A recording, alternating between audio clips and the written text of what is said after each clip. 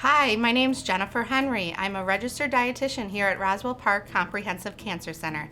Today we're going to be talking about Jejunostomy tubes. A Jejunostomy tube, also referred to as a J-tube or PEG, is a type of feeding tube that's placed through the skin into the jejunum of the small intestines. This tube is often placed when someone cannot take in enough food or water, problems emptying their stomach, or to allow for healing following a major abdominal surgery. Feedings are done through a feeding pump at a continuous rate over a specific duration. A registered dietitian will help select the product, rate, and duration required to help meet all of your nutrition needs. Flushing a J-tube is very important and always should be done before and after administration of medication or feeds. You can use room temperature or lukewarm water. During a continuous feeding, it should be flushed every 4 to 6 hours. And even if you're not using the J-tube, you should continue to flush every day. Now let me show you how to set up the feeds. First, we're going to use the bags, and there's two types of bags. There's a single bag in which you just put the enteral product into, and these bags can hold up to 4 cans at a time, or you can use a dual bag. And this is important to use if you're really not taking anything in by mouth. If you're using a dual bag, you'll have a blue top, which is for the water, and the purple top for the enteral product. Next, we're going to set up the pump. These pumps are designed to run at a specific rate over a duration based on the total volume to be used. So let's start with the feed rate. Typically, we use 60 here at the hospital. So I'm going to hit feed rate, and I'm going to arrow up to 60. And once I'm done, I'm going to hit enter. The next thing I'm going to do is add the volume to be delivered. Generally, these volumes can range anywhere from 1,000 mLs up to about 1,500 mLs.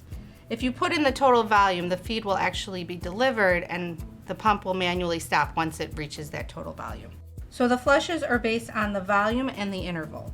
So I'm going to hit the volume, and generally 60 to 100 mLs is a typical volume, and I'll hit enter. And then the duration, I'm going to put in every 3 hours. 3 to 4 hours is the norm. And then I'm going to hit enter. Next, we're going to add the product. Make sure you do wash your hands with soap and water before you do this. This is our standard tube feeding product, but most dietitians will help determine what your needs are. And then once you've added the product, you're going to clip the bag closed. Make sure it's securely closed. And we're going to hang this up on the pole. Next, we're going to put the tubing through the pump. We're going to clip it in around the wheel and then lock it into place. Next, we're going to set up the feeding tube. You may be given an adapter to use on the tube. Make sure it's tightly fastened. And it's always important that you flush before and after you put something in, whether it's medication or enteral feeds. So we're going to fill up the syringe, at least with 30 to 60 mLs. We're going to insert into the feeding tube and slowly push. Remove the cap and then insert.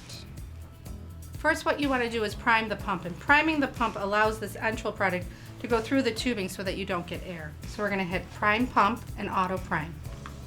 Now that we finished priming the pump, we can hit run and begin our enteral feeds. Remember that once these enteral feeds are running, it's important that you keep the head elevated at 30 to 45 degrees. You can also use a portable carry case. I know this has a dog on it. It's one of our pediatric ones that can be used so that you don't have to be attached to the pole. And there are instructions to show you how to set it up. And if you do have any questions, please get in contact with your dietitian or provider. And thanks for watching.